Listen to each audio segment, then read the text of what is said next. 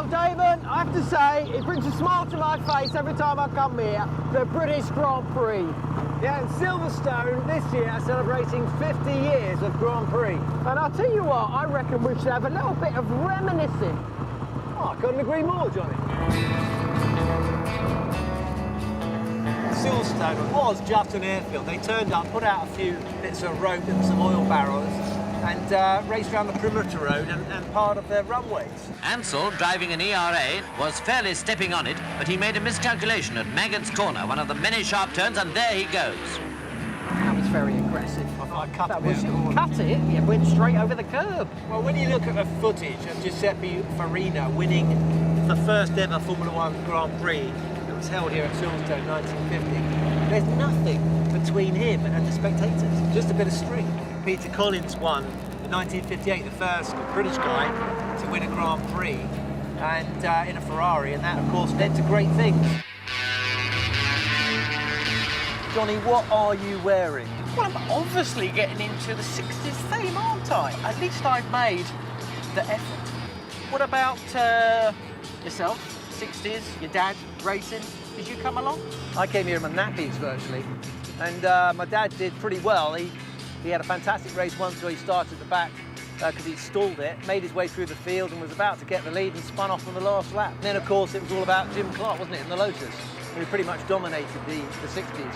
Beautiful era, though, very picturesque. The cars were very slim, they had no wings on them, and it was all about drifting and slipstreaming around Silverstone. What did you look like, Johnny? I'm in a 60s car. I'm in 60s attire. I think we've had enough of the 60s. Let's do the 70s.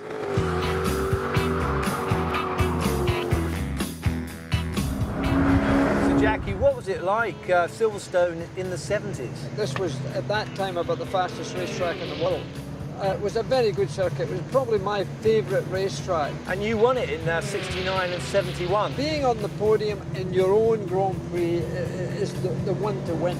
We're right here on this bit of track where Jodie's accident started, and all the cars catapulted. I was standing over there next to my mum. I looked in my mirror and I saw carnage everywhere, and I didn't know what caused it, but Jodie made his name right there. And I mean, your era was coming to a close, Jackie. You had a new era starting with another long-haired, fun-loving guy, James Hunt. Yeah, James was sort of getting into the big time the year I retired. So therefore it was a nice thing to see another driver coming along from the UK. Don't worry, Damon, we're after the 80s. Do you remember a certain John Watson winning the British Grand Prix? Very special day, and the biggest special moment was on the parade lap after the race when the fans just flooded onto the racetrack to say thank you very much. Tell us about Club, because Club was awesome. Well, awesome, the old club. The old club was a very good corner because it was never quite flat. Those cars were nothing more than dragsters. You put a lot of downforce on the rear of the car, and you just got it into the corner, made your apex, and then you floored the throttle. And I always remember Nigel Mansell, Nelson Piquet, side by side as they went into Stowe, where the crowd were absolutely mad. Mansell has won the British Grand Prix. Nigel always had this expression at Silverstone, people power. The lift in support that I was benefiting from was magical. It was almost as if the crowd had taken control of my race and were driving me rather than me driving the car.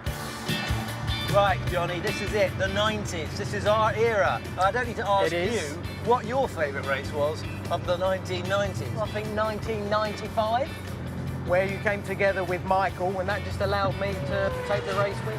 And Johnny Herbert wins the British Grand Prix, and he richly deserves it. But of course, your first win here as well, in 94. It was my first win, my British Grand Prix win, 1994, the year before you. But what a thing to win the British Grand Prix. I think we were very fortunate. The year that I remember the most is probably 1991, where Nigel won the race. And who did he pick up on the way back? A certain Ayrton Senna. Yeah, and Ayrton sneakily, cheekily looked in the cockpit and was trying to size up what was going on in the Williams car.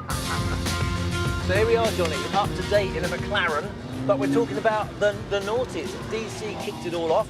He won in '99 and he won in 2000. But of course, the great race I remember has to be 2008, Lewis Hamilton, and those difficult wet conditions. Johnny, it wasn't just difficult, it was unbelievably wet. I mean, he showed, I think, in that race, what a true genius he is behind the wheel.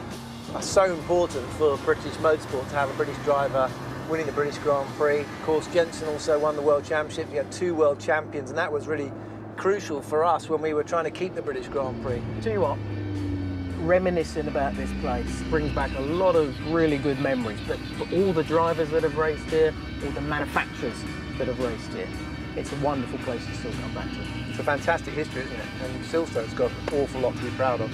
And it is still one of the great drivers' challenges.